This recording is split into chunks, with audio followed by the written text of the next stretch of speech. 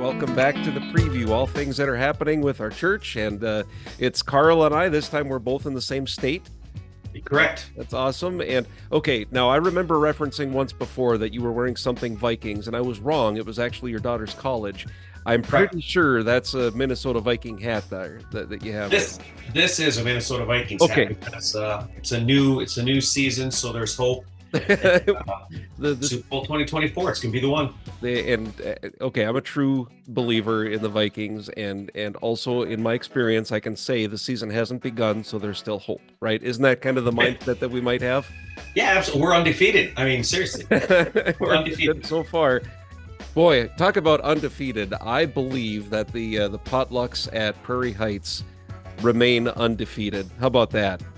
That was, I was kind of not apprehensive because I know the food is going to be good. It's just the first time I heard you say we're celebrating St. Patrick's Day with an Italian theme. I honestly, I chuckled. I went, yeah, that's so us. It really is. Yep. And it was off a few degrees. My gosh. The food was amazing. So our thanks to everybody that brought, everybody that stayed and visited. I love that about our church. Isn't that great? Yeah. Yeah, I love that. It was some fantastic stuff. I think everybody went away happy. The message, Aquila and Priscilla, there are few names that stick in my head as much as that has in the last week, just because I love the English language and how we form our words. Some things work well together. Aquila and Priscilla absolutely rocked my world this last week. So thank you for that. Yep, they're stuck in my head forever. Awesome. And I know we talked about how they extended the church at that time, and it was really cool because, and we were talking about this a little bit earlier, Karl and I, that we've just begun discussing that, and it came up quite a bit as we had caramel rolls and coffee the week before, and it just naturally flowed into the conversation that you previously planned already, right, on Aquila and Priscilla.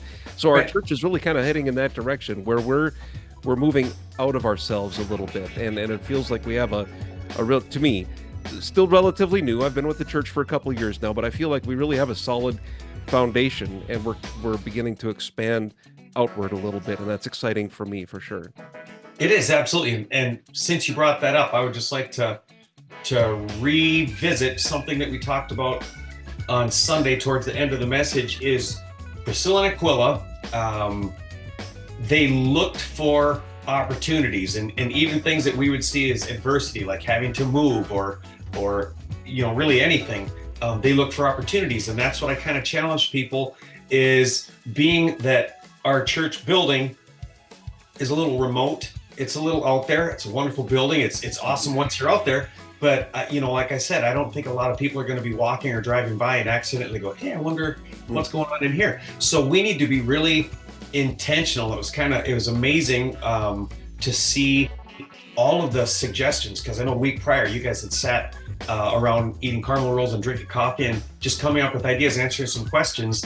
And a lot of the ideas were fantastic. And what those ideas are is people thinking outside the how do we get people to this remote location, and instead it was how do we as a church of people start connecting with people where the people are. So and it's seeing people at that opportunity of going where the people are. And there was all kinds of things in there. There was inviting people for dinners and going bowling and having specific men's and women's groups and so on and so forth, inviting people into my home and so I think that's just fantastic.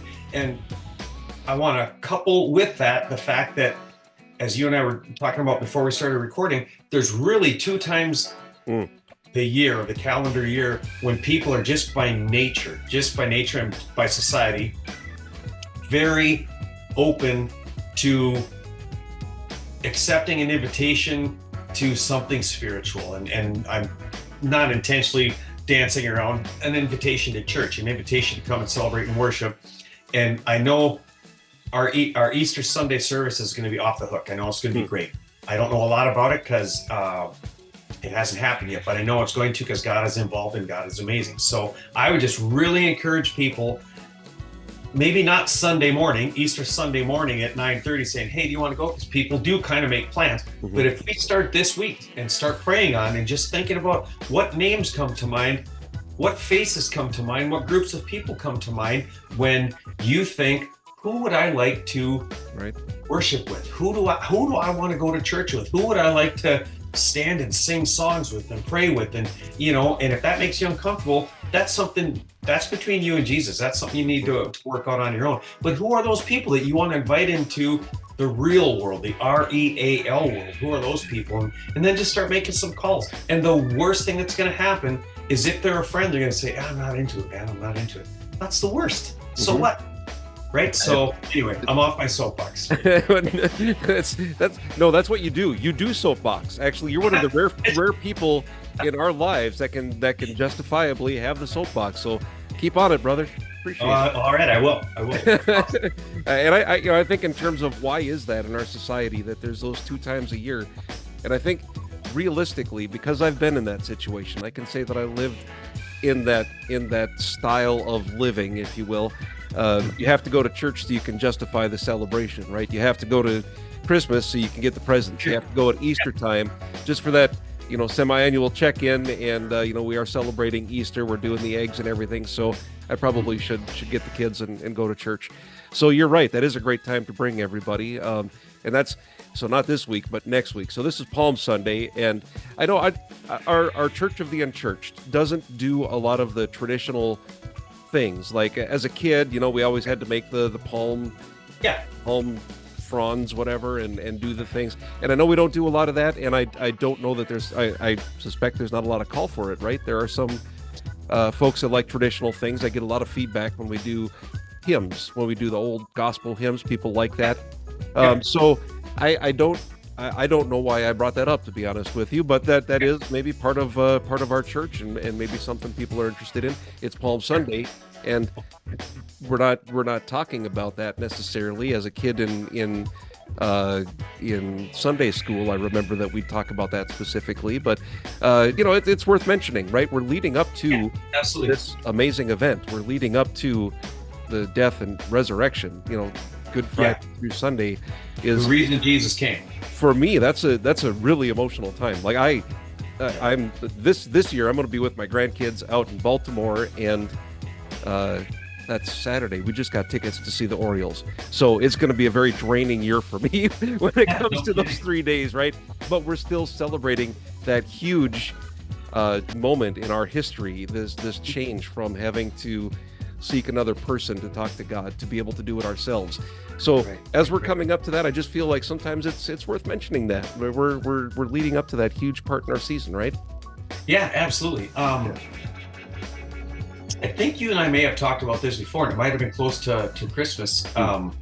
But for me, honestly, when I think about the Big East, Christmas and Easter, the more important one to me and to a Christian, because you can think about it as celebrating birth and kind of honestly celebrating death and then resurrection. And as a Christian, when we look at what Easter is, and we'll talk a little bit about Palm Sunday this Sunday, because I don't want to spoil the surprise, but anyone can Google it really what it is. But sure, I mean, not a lot of spoiler alerts in the Bible at this point. No, but I more. Appreciate that.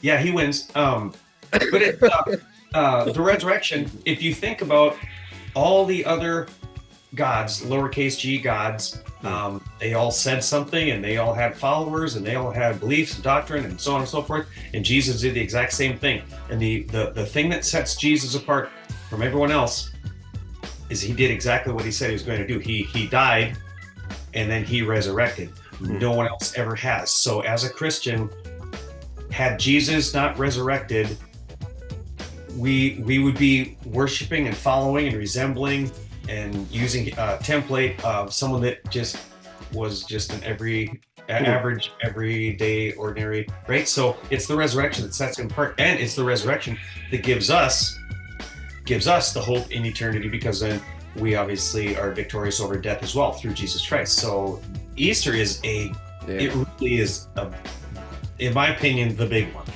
It's the big one.